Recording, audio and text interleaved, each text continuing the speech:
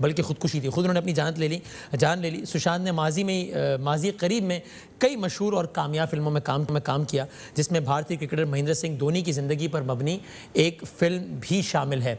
اس کے علاوہ very interestingly انہوں نے بھی حال ہی میں ایک اور فلم کی تھی. انہوں نے خودکشی کے ہی موضوع پر اس میں انہوں نے بات کی تھی کہ اس فلم میں ان کا جو اپنا بیٹا ہوتا ہے وہ خودکشی کر لیتا ہے ایک چیز میں فیل ہونے کی وجہ سے, اور وہی اس کو لیکچر دے رہے ہوتے اس فلم میں کہ کیوں خودکشی نہیں کرنی چاہیے. ذرا اس کا ایک عکس دیکھیے. To wait. The skipper rolls up his sleeves and makes his way out to the center. Mahendra Singh Dhoni promoted back, a captain here trying to make a statement.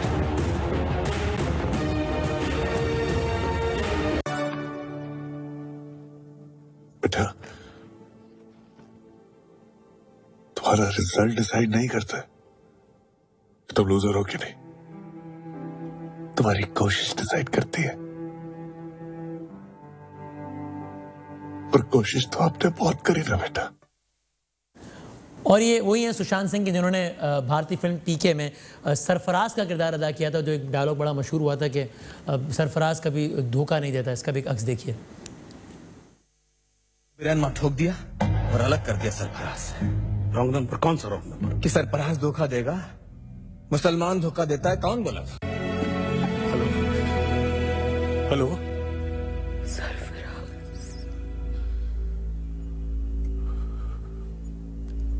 چکو. یہ بات ہے کہ وہ لوگ کہ جن کی زندگی اس انداز سے گزر رہی ہوتی ہے کہ ہمیں لگتا ہے, بلکہ یقیناً یہ ہوتا ہے کہ دنیا کے لاکھوں کروڑوں لوگوں کی خواہش ہوتی ہے کہ جس طرح کی زندگی یہ لوگ گزار رہے ہیں, ہمیں زندگی کا ایک دن ایسا مل جائے, اتنی شہرت, اتنی دولت, اتنا پیسہ, اتنا فیم. اور وہ لوگ جو وہ زندگی جی رہے ہوتے ہیں وہ اپنے آپ کو مار دیتے ہیں یا وہ ڈپریشن کا شکار ہوتے ہیں. حال ہی میں ایک اور بھارتی اداکارہ دیپکا پڈوکون نے بھی ایک انٹرویو کے دوران اپنے ڈپریشن میں مبتلا ہونے کا ان الفاظ میں اعتراف کیا اور اظہار کیا. دیکھیے گا. Just feeling empty, you know, like this pitish feeling in my stomach. I woke up like feeling directionless. I didn't know where to go. I didn't know what to do. I'd have these bouts of feeling so low that I'd just start crying at the drop of a hat. So she said, oh, you know, are you okay? And, you know, like, I know, because it's always tough to leave family. It's tough. So she thought maybe it's one of those, you know, like, don't worry, we'll be back soon sort of thing. And again, I'd had to like lock myself up in a bathroom and cry because... ابھی فہرست بڑی طویل اور بہت ہی دلچسپ ہے. یعنی کہ آپ مائیکل جیکسن سے آغاز کیجئے. مائیکل جیکسن کے پاس وہ سب کچھ تھا جو کوئی عام آدمی خواب میں بھی نہیں سوچ سکتا ہے. دنیا موسیقی کا سب سے بڑا نام, king of pop. Michael Jackson کی زندگی کی داستان بھی عجیب رہی, موت کی داستان بھی عجیب رہی. زندگی میں بچوں پر جنسی ہراسانی کے واقعات اور اس طرح کے الزامات لگتے رہے, اور موت کی وجہ نیند آور گولیوں اور نیند آور ادویات کی زیادتی بنی. یعنی وہ لوگ جن کے بارے میں عام آدمی یہ سمجھے کہ اس کو کس چیز کی کمی ہوگی, اس کو کیا پریشانی ہوگی, وہ لوگ رات کو سونے کے لیے نیند کی گولیاں کھاتے ہیں. اب آپ اور آگے بڑھیے. دیویا بھارتی مشہور و معروف بھارتی اداکارہ تھیں. 1993 کو بالی ووڈ کی اداکارہ نے صرف 19 سال کی عمر میں 5ویں منزل سے چھلانگ لگا کر خودکشی کر لی تھی. حالانکہ 19 سال کی عمر میں وہ 14 فلموں میں کام کر چکی تھی, جن میں شاہ رخ خان کے ساتھ کی گئی مشہور فلم دیوانہ بھی شامل تھی. اور آگے بڑھیے. ریسلنگ کی دنیا کا بے تاج بادشاہ کا نام تھا کرس بینوا. ریسلنگ کی تاریخ کے 5 بڑے ناموں میں سے ایک اس کو کہا جاتا ہے. 2 دفعہ ورلڈ چیمپئن بنا. تیسری دفعہ ورلڈ چیمپئن بننے کو تھا کہ اس رات اس کی موت واقع ہوئی. موت کیسے واقع ہوئی؟ 2 دن پہلے اپنی 17 سالہ بیوی کو قتل کیا. 17 سالہ بیوی کو. 1 دن پہلے اپنے 7 سالہ بیٹے کو مار دیا, اور اس کے بعد پھر ایک جو ویٹ بینچ ہوتا ہے اس کے ساتھ اپنے آپ کو لٹکا کر خودکشی کر لی. اور آگے بڑھیے. ورجینیا وولف 20ویں صدی کی اہم ترین مصنفہ تھیں. انہوں نے کیا کیا؟ عجیب و غریب انداز سے اپنی موت کا انتخاب کیا. اپنی جیب میں بھاری بھرکم پتھر ڈال کے اپنے آپ کو سمندر میں ڈبو دیا, چھلانگ لگا دی, اور پھر وہ کبھی واپس نہیں آئی, انتقال کر گئیں. سلویا پلیتھ امریکہ سے تعلق تھا, مشہور و معروف شاعرہ تھی, ناول نگار تھی. ان کی خودکشی کا معاملہ تو بہت ہی عجیب تھا. انہوں نے اپنے کچن میں, گھر کے کچن میں اون کی گیس کھول کر اپنا سر اس کے اندر ڈال دیا, اور ساتھ ہی ایک اور عجیب کام کیا. اپنے کچن کو انہوں نے اس طریقے سے سیل کیا جس سے بات یقینی بنائی جا سکے کہ یہ گیس کمرے سے باہر نہ جائے, کیونکہ دوسرے کمرے میں بچے سو رہے تھے تو بچوں کو نقصان نہ پہنچے.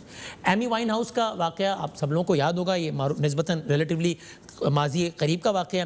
معروف سنگر, ان کے بارے میں بتایا جاتا ہے کہ انہوں نے اپنے آخری لمحات میں اتنی مے نوشی کر لی تھی کہ سانس آنا بند ہو گیا تھا, اور وہ کومے میں چلی گئی تھیں, اور اپنے زندگی کے آخری لمحات میں وہ یوٹیوب پر اپنی ویڈیوز دیکھ رہی تھیں. دنیا بھر میں ورلڈ ہیلتھ آرگنائزیشن کے کوئی فگرز ہیں, دنیا بھر میں مرنے کی جو 10 سے 15 جو بڑی وجوہات ہیں ان میں سے ایک خودکشی ہے. WHO کے مطابق دنیا بھر میں 15 سے 29 سال کی افراد میں یہ جو ایج گروپ ہے ان میں اموات کی جو دنیا بھر میں دوسری بڑی وجہ ہے وہ خودکشی ہے. WHO کے مطابق دنیا میں ہر سال خودکشی سے تقریباً 8 لاکھ افراد اپنے آپ کو مار لیتے ہیں, یعنی ہر 40 سیکنڈ میں ایک انسان اپنی جان لے لیتا ہے دنیا بھر میں. WHO کے مطابق 2012 میں پاکستان میں تقریباً 13,000 افراد نے خودکشی کی, 2016 میں تقریباً 5,500 افراد نے خودکشی کی. اب صحیح اسٹیٹسٹکس پاکستان میں اس حوالے سے اویلیبل نہیں ہے, لیکن ماہرین یہ کہتے ہیں کہ اصل نمبر ان دو فگرز کے درمیان کہیں ہیں. میں بغیر کسی اور تمہید کے, قاسم علی شاہ صاحب بہت معروف موٹیویشنل اسپیکر ہیں ہمارے ساتھ موجود ہیں, کوئکلی ان کی طرف بڑھتا ہوں, اس حوالے سے بات کرتے ہیں. السلام علیکم قاسم علی شاہ صاحب.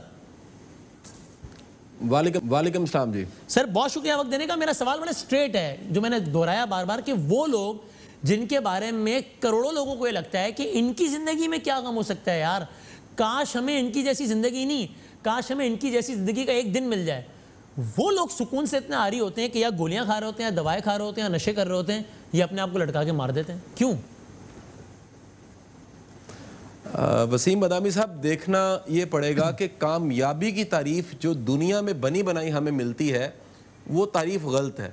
ہم دنیا سے تعریف یہ لیتے ہیں کہ ہمیں مشہور ہونا ہے, ہمیں پیسہ بنانا ہے, میٹیریلسٹک سکسیس حاصل کرنی ہے, طاقت حاصل کرنی ہے, اقتدار حاصل کرنا ہے. لیکن در اصل جو کامیابی ہے وہ یہ ہے کہ کوئی کتنا اطمینان قلب سے جی رہا ہے, کوئی کتنا سیٹسفائی ہے, کوئی کتنا راضی ہے کہ اس کے پاس جو کچھ ہے اس نے قبول کتنا کیا ہے. اچھا, اب اس کو لگتا ہے یہی ہے نا, اس کو لگتا ہے کہ جب میں اتنا مشہور ہو جاؤں گا کہ کروڑ آدمی مجھے جانتا ہوگا مثلا, تو مجھے اطمینان قلب حاصل ہو جائے گا. لیکن جب وہ کروڑ تک پہنچتا ہے تو اس کو دیکھتا ہے جس کو 10 کروڑ لوگ جانتے ہیں, پھر وہ اگلی چھلانگ مارتا ہے. تو اطمینان قلب نام کی کوئی چیز ہے بھی, ایگزسٹ ہی نہیں کرتی اس دنیا میں. سر یہ سمجھنے سے ہے. اچھا, آپ جتنا جلدی یہ سمجھ جائیں کہ یہ سارا سراب ہے, یہ سراب جو ہے اس کا پیچھا کرنے والا ہمیشہ دھوکے کا شکار ہوتا ہے اور پھر اس قسم کے اس کو مسائل سامنا کرنا پڑتا ہے. وسیم بادامی صاحب, یہ بھی دیکھا گیا ہے کہ جو خودکشی ہے یہ زیادہ فزیولوجیکل ہے, اس میں ہمیں سائیکالوجی سائیکیٹری کے ایشو کا تو دیکھنا ہی پڑتا ہے کہ اس کی وجوہات کیا ہیں. 25% کی ریشو جو WHO کی ہے وہ یہ ہے کہ زیادہ تر ذہنی عارضے کی وجہ سے لوگ سوسائڈ کرتے ہیں. صحیح ہے. اور ان ذہنی عارضوں میں ٹاپ پہ اگر کوئی وجہ ہے تو وہ ڈپریشن ہے. بالکل صحیح. ڈپریشن میں جو سب سے زیادہ چیز پیدا ہوتی ہے وہ مایوسی ہے, اور اس مایوسی میں انسان کو زندگی اتنی مشکل لگتی ہے کہ موت آسان لگنے لگ پڑتی ہے. سو اس اذیت سے, زندگی میں ملنے والی اذیت جو شاید اندر میں ہے, اس سے جان چھڑانے کے لیے وہ اپنے آپ کو مار لیتے ہیں. حل کیا ہے پھر اس کا؟ چونکہ جب اتنے مشہور لوگوں کا یہ عالم ہے, اتنے پیسے والے لوگوں کا, تو عام آدمی کے تو زندگی کے مسائل اور بھی ہیں, تو اس ڈپریشن سے بچنے کا کیا حل ہے؟ وسیم بادامی صاحب دیکھیں, سب سے پہلا حل تو یہ ہے کہ ہمیں زندگی میں جو کچھ ملا ہے پورا زور لگا کے اس کو ہمیں قبول کرنا چاہیے, ایکسیپٹ کرنا چاہیے, اپنے نصیب پہ راضی رہنا چاہیے, شکر ادا کرنا چاہیے, خوش رہنا چاہیے. ہمیں خوش رہنا کوئی نہیں سکھاتا. آپ یہ ٹریجڈی دیکھیے کہ ہم ساری زندگی ملٹیپلائی کرتے رہتے ہیں, چیزوں کو بڑھاتے رہتے ہیں اور انتظار کرتے ہیں ایک دن ایسا آئے گا ہم خوش ہوں گے, اور کبھی خوش نہیں ہوتے. اگر ہم آج جو کچھ ہے, ہم سب کے سب سننے والے, آپ, میں, ہم سب ذرا سوچیں کہ ہم نے کہاں سے شروع کیا تھا, کہاں پہنچ گئے ہیں. اگر اس کامیابی کو اللہ کا فضل اور کرم سمجھ لیں تو آپ کی زندگی میں خوشی آ جائے گی. پھر آپ یہ بھی کمال دیکھیے کہ سوسائڈز ایک گڈ لک ہے کہ جتنے مسلم ممالک ہیں وہاں پر سوسائڈ کم ہے. جی ہاں, پاکستان میں بھی بہت کم ہے, وہاں پر ہے جہاں WHO کے فگرز کے مطابق بہت کم ہے. شکر ہے. اور آپ دیکھیے جہاں پر سوسائڈ کا رجحان زیادہ ہے وہاں پر جو ڈیفینیشن آف لائف ہے, پھر جو بلیوز کا کانسیپٹ ہے, پھر جو گاڈ کے ساتھ یا کریٹر کے ساتھ کنیکشن کا کانسیپٹ ہے, وہ بڑا ویک ہے, آپ کو کمزور ملے گا. آپ کو بڑے سوال ایسے جن کے جواب نہیں ملیں گے. مثال لیجئے, اگر ایک شخص کے ساتھ زیادتی ہوتی ہے, وہ کہتا ہے مجھے دنیا ہی نظر آ رہی ہے, مجھے انصاف نہیں ملا, یہ میرے ساتھ کیوں ہوا. مسلمان یہ کہتا ہے میرے ساتھ زیادتی ہوئی ہے, میرا ایمان ہے کہ اللہ مجھے میری زندگی میں اس کا صلہ دے دے گا, نہ دیا تو آخرت میں دے دے گا. یہ اتنا بڑا ایمان ہے, اتنا بڑا یقین ہے کہ آپ کو ڈپریس نہیں ہونے دیتا. آپ کا زندگی میں کوئی نقصان ہوتا ہے, آپ اللہ کی مرضی سمجھتے ہیں, اپنے اللہ کی مرضی. آپ کی ساری دعائیں انا ربی سے شروع ہوتی ہیں, میرا رب, میرا رب, میرا رب. میرے رب کی مرضی کو جب آپ قبول کرتے ہیں آپ کی زندگی میں سکون آ جاتا ہے. تو مسلمان کو تو مایوس ہونا ویسے بھی نہیں بنتا ہے اس کا مطلب ہے. اور سر ایک بات اور بتائیے, بنتا ہی نہیں ہے. یہ بھی ضروری ہے ہمارے معاشرے میں اس ٹیبو کو توڑنے کا, یعنی کہ اگر کسی کو ہاتھ میں چوٹ آ گئی ہے, کوئی پیر سے کچھ پرابلم ہو گئی اس کو, تو وہ بڑے آرام سے بات اپنے گھر والوں کو بتا دے گا کہ یار مجھے یہ پرابلم ہے, یار مجھے بڑا درد ہوتا ہے ہاتھ میں. لیکن کسی کو پریشانی ہے, ڈپریشن ہے, تو اپنے گھر والوں کو نہیں بتائے گا, اس لیے کہ سامنے سے کوئی یہ نہ کہیں, یا دوستوں کو بھی نہیں بتائے گا, چونکہ دوست کہیں پاگل ہو گیا, نفسیاتی ہے تو یار. تو ایک تو اس ٹیبو کو توڑنے کی ضرورت کہ بھائی بتاؤ, اور دوسرا ہے کہ اگر میرے ہاتھ میں زخم ہے تو میں ڈاکٹر کے پاس جاتے ہوئے نہیں شرماؤں گا. اسی طرح اگر دماغ میں بھی کوئی پرابلم ہے تو جاتے ہوئے نہ شرمائیں, یہ سوچ کے کہ یار لوگ کیا بولیں گے, کسی کو پتہ لگ گیا تو بولیں گے پاگل ہو گیا, تو نفسیاتی ہو گیا. وسیم بادامی صاحب, میرا خیال ہے کہ ڈاکٹر, سائیکالوجسٹ, سیکریٹریز بعد میں آتے ہیں, سب سے پہلے خونی رشتے آپ کے آتے ہیں. آپ دیکھیے کہ جو بھی سوسائڈ کرتا ہے, جتنی ریسرچ اویلیبل ہے وہ بتاتی ہے وہ آئسولیٹ ہونا شروع ہو جاتا ہے, وہ ریئلٹی سے بچتا ہے, وہ دوستوں سے ملنا چھوڑ دیتا ہے, وہ ریئلٹی کا سامنا نہیں کر سکتا, وہ اوائڈ کرنے لگ پڑتا ہے, لونلینس قبول کر لیتا ہے. آپ اللہ کا کرم دیکھیے, اللہ نے رشتوں میں شفا رکھی ہوئی ہے. آپ کے والد میں آپ کے لیے شفا ہے, آپ کے بچوں میں آپ کے لیے شفا ہے, آپ کے بڈیز, آپ کے دوست جن کے ساتھ آپ بیٹھتے ہیں, گپ شپ لگاتے ہیں, دکھ سکھ پھولتے ہیں, وہ آپ کو شفا دے دیتے ہیں. آپ کسی کا غم ہلکا کرتے ہیں, کسی کے کندھے پہ سر رکھ کے رو لیتے ہیں, آپ جائے نماز بچھا کے 2 نفل پڑھتے ہیں, اپنے گلٹ کو ختم کرتے ہیں, معافی مانگتے ہیں, آپ کو سکون مل جاتا ہے. پرابلم یہ ہوتی ہے کہ ہمیں شیئرنگ ہماری ختم ہو جاتی ہے, ہمارا ٹرسٹ کوئی نہیں کرتا ہم پہ, نہ ہم کسی پہ ٹرسٹ کرتے ہیں. آپ پاکستان میں کئی بیوروکریٹس کی سوسائڈز دیکھیے, آپ سب کی کہانیوں میں آپ دیکھیں گے یہ وہ پروفیشن کے لوگ ہیں جو شیئرنگ نہیں کر سکتے, جو تنہائی کا شکار ہو گئے, جو اکیلے ہو گئے, جنہوں نے کہا کہ اگر ہم بتائیں گے ہم کیا پرابلم فیس کر رہے ہیں, لوگ کہیں گے تم نے CSS کر لیا تھا, تم اتنے کامیاب تھے, تم اتنے مشہور تھے, تم صاحب اقتدار تھے, تمہیں یہ پرابلم فیس کرنی پڑی, 2 امریکہ سے تم نے ڈگری لی ہوئی تھی. میرا خیال ہے میں یہ کہوں وسیم صاحب, ساری زندگی ہمیں شیئرنگ رکھنی چاہیے, کوئی ایک اپنا ایسا ہونا چاہیے جس کے ساتھ آپ شیئر کر سکیں. یعنی 2 ذمہ داری ہو گئی, کچھ نہ کر سکیں, ڈائری لکھنی شروع کر دیجیے. ہاں ٹھیک ہے, اگر کچھ فیل کر رہے ہیں تو بتانے میں نہ شرمائیں, شیئر کریں. اور پھر معاشرے کے باقی لوگوں کی یہ بھی ذمہ داری کہ اگر کوئی اپنا دل ہلکا کر رہا ہے تو یہ سوچ کے اگنور نہ کریں کہ یار پاگل ہے, ابھی فون کرے گا, 20 منٹ بولتا رہے گا اور پتہ نہیں میرا دماغ خراب کرے گا. یہ سوچ کر ہی سن لیں, کم سے کم یہ سوچ کے سن لیں کہ ایک انسان کا دل ہلکا ہونے سے اس کے لیے کوئی بہتری ہوگی. تو چلو اور کچھ نہیں, ثواب سمجھ کے سن لیں کہ اس کے بولنے سے اس کا دل ہلکا ہوگا, میں اس کی مدد کر پاؤں گا اس انداز سے. یہ بھی چیریٹی ہے. چیریٹی صرف ایک چیک کاٹ دینا نہیں ہوتی. ٹھیک کہہ رہا ہوں, بس کنکلوڈ کر دیں آخری جملہ 30 سیکنڈ میں. بالکل ٹھیک. میں آپ کو یہ بتا دوں سر کہ کسی کا دکھ سننا, کونسلنگ کی جو کتابیں ہیں ساری, وہ کہتی ہیں 75% مسائل صرف سننے سے ختم ہو جاتے ہیں. ڈاکٹر دوائی بعد میں دیتا ہے, اگر مریض کا مرض وہ سن لیتا ہے اسے کیا مسئلہ ہے, مریض ٹھیک ہونا شروع ہو جاتا ہے. آپ کسی کو صرف اٹینشن دیجئے, آپ صرف دھیان دے دیجئے. آپ وہ بچے جن کے والدین ان کی تکلیف میں ان کو نہیں سنتے, بڑے ہو کے کرمنل صفاق بنتے ہیں وہ, اور وہ بچے جن کی طرف دھیان دیا جاتا ہے, ان کی تکلیف میں دیکھا جاتا ہے, وہ نارمل رہتے ہیں, ہیلدی رہتے ہیں, ہیلدی مائنڈ کے ہوتے ہیں. بہت شکریہ سر, جزاک اللہ, تھینک یو ویری مچ. ایک بریک لیتے ہیں, بعد ہم اس کو اپنے طور پہ کنکلوڈ کرتے ہیں.